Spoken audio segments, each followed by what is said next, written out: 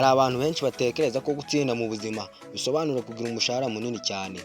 Iyo umuntu yumvise ko hari uwinjiza amafaranga menshi ku kwezi, ahita avuga ati uyu muntu yaratsinze. Ariko se koko umushahara munini wemeza ko ubukungu n'iterambere ry'umuntu? Ese umuntu ufite amafaranga make ariko ayagenzura neza ntiyashobora kuba ameze neza kurusha ufite umushahara munini ariko akayapfusha ubusa? Uyu munsi tugiye kuganira ku mpamvu 10 zumvikana zituma amafaranga make aruta umushahara munini, cyane cyane iyo amafaranga make akoreshejwe neza, agateganwa neza kandi akabyazwa umusaruro. Niba uri umuntu wifuza gutera imbere, kubaka ejo he hazaza heza no kumenya ukuri ku bijyanye n'amafaranga, iyi video ni iyawe. Irebe kuva itangiye kugeza ku musozo. Ikintu cya karindwi n'icya 10 ni ingenzi kubyumva. Urakaza neza kuri iyi channel yigisha ubumenyi ku mafaranga ndetse n'uko wakwiteza imbere. Nimba aribwo bwa mbere ugeze kuri iyi channel, nkagusaba gukanda kuri like, gusangiza abandi iyi video hamwe no gukanda subscribe kugira ngo ukomeze kudushigikira. Reka dutangire. Ikintu cya mbere, amafaranga make agufasha kwiga uko wayacunga neza akakubyarira andi mafaranga menshi. Iyo winjiza amafaranga make, uba ugomba kuyitaho cyane, uteganya buri faranga ryose risohotse, ukamenya neza nimba hari icyo rigusigiye cyangwa se ko hari ahandi amafaranga wayinjirije. Urugero, umuntu winjiza 100,000 ku kwezi ashobora kwandika buri kintu agura agashyira ku ruhande 10,000, ariko uwinjiza miliyoni y'amafaranga y'u Rwanda ashobora kuyakoresha nabi kuko yumva ko amafaranga ahari ari menshi, akisanga nta na make asigaranye. Ariko uwakoresheje neza 100,000 afite ayo yabitse ku ruhande ndetse n'ayo yashize kuri konti ye. Amafaranga make akwigisha discipline ndetse n'uko wabana neza n'uko wakora iyindi plan yo kugira ngo umenye uko wakongera gushora. Reka turebere hamwe ikintu cya kabiri. Amafaranga make atuma wirinda imyenda myinshi kuko ubona ko ayo ufite ari make adahagije. Abantu bafite imishahara minini akenshi bahita bemererwa inguzanyo nini muri banki. Bashobora kugura imodoka ihenze, inzu ihenze, ibintu bihenze. Ariko umuntu winjiza amafaranga make agira ubwoba bwo gufata umwenda munini, bikamutera gukoresha neza nayo afite. Urugero, umuntu ufite umushahara munini ashobora kwishyura 500,000 buri kwezi ku mwenda. Ufite make ashobora kubaho nta mwenda afite. Kutagira imyenda ni umutuzo kuruta kuba ufite umushahara munini ariko wose ujya mu kwishyura imyenda. Icya gatatu, amafaranga make agutera guhanga udushya cyangwa se gukora ikintu gishyashya cyakwinjiriza amafaranga. Iyo amafaranga ari make, ushaka ibindi wakora kugira ngo uyongere. Urugero, umuntu winjiza 80,000 ashobora gutangira gucuruza online, gukora YouTube cyangwa gukora indi business imwinjiriza. Ariko umuntu winjiza amafaranga menshi ashobora kunyurwa n'umushahara we, ntashake indi nzira yakoreshamo ngo abyaze ayo mafaranga afite abyara andi. Amafaranga make atuma ubona amahirwe mashya yo gukora ibindi bikwinjiriza amafaranga mu buzima. Ikintu cya kane, amafaranga make agutera kwizigamira kare kugira ngo uzabone ayo uzakoresha mu gihe kizaza.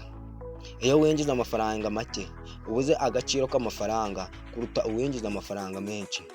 Iyo winjiza amafaranga make, uyaha agaciro kugira ngo atagucika nta kintu agusigiye. Urugero, abantu benshi bakize batangiye kwizigamira amafaranga make cyane, ntabwo bahereye ku mafaranga menshi. Icy'ingenzi ni ukumenya ayo mafaranga make ufite n'uburyo uyakoreshamo. N'uwatangirana ashyira ku ruhande 1,000 buri munsi, mu mwaka aba afite arenga 360. Ariko ntabwo amafaranga aba ari make, ahubwo discipline niyo iba ari nkeya. Ikintu cya gatanu, amafaranga make atuma uha agaciro buri kintu cyose kigusaba amafaranga. Iyo amafaranga ari make, ntugura ibyo udakeneye mbere yo kugura ibintu ukeneye. Mbere yo kugura ibintu, umanza gutegura ukamenya ibyo uri bugure ndetse n'ibyo ukeneye cyane mu buzima. Urugero, ufite amafaranga make, ariko umuntu ufite amafaranga make azabanza yishyure ibikenewe, ibiryo, ubukode, amashuri ndetse n'ibindi. Ufite amafaranga menshi ashobora kugura ibintu byo kwiyerekana gusa ndetse no kwishimisha, bityo akisanga asigaranye amafaranga make cyane. Amafaranga make atuma ugira priorities nziza cyangwa se amahitamo meza. Mbere y'uko turebera hamwe ikintu cya gatandatu, hakwibutsa gukanda subscribe nimba utari wayikanda, hamwe na like. Reka turebere hamwe ikintu cya gatandatu. Amafaranga make agufasha kubaho mu buryo bworoshye. Kubaho mu buryo bworoshye bituma ubaho ufite amahoro.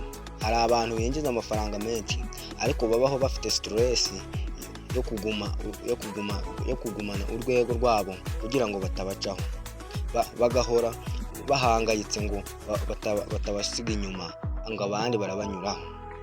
Ariko ufite amafaranga make ashobora kubaho mu buzima busanzwe kandi akishima uburyo abayeho. Umutuzo w'amafaranga make uruta umutuzo w'amafaranga menshi. Ikintu cya karindwi, amafaranga make atuma ushyira imbaraga mu kwiteza imbere ndetse no gukora cyane kurenza uko wakoraga. Iyo amafaranga ari make, ushaka ubundi bumenyi bushya udakoresheje ubwenge bwinshi ndetse n'imbaraga zawe kugira ngo hagire ikintu ugeraho.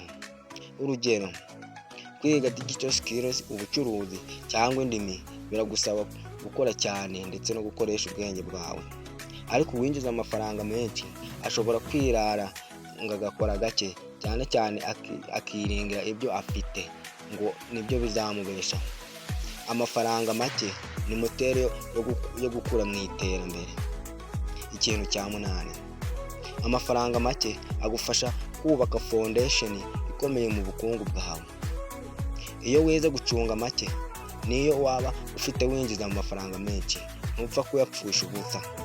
Umuntu wamenyereye kubaho ku bihumbi 100 niyo yaba ageze ku bihumbi 500, azakomeza kwizigamira menshi.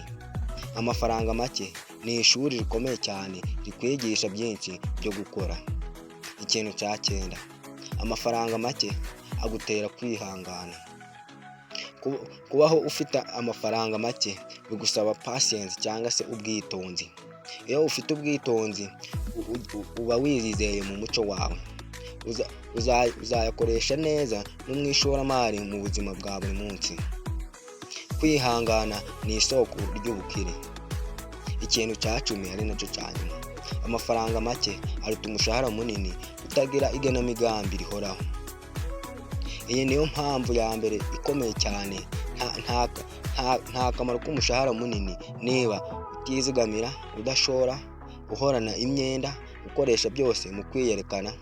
Ariko umuntu ufite amafaranga make afite kuyacunga neza, afite kuyashora neza, kwizigamira ndetse akagira na discipline, ayo mafaranga make azakugeza kure kurusha umushahara munini udafite gahunda.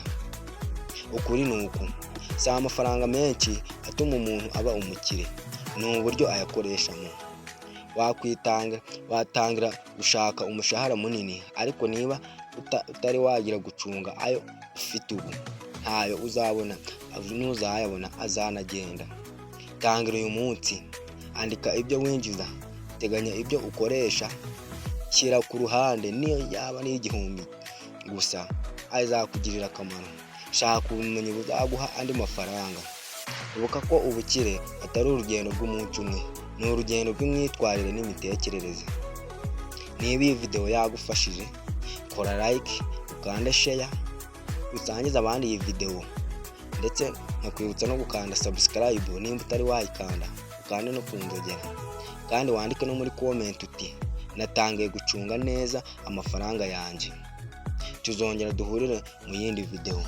Ndabashimiye, murakoze cyane.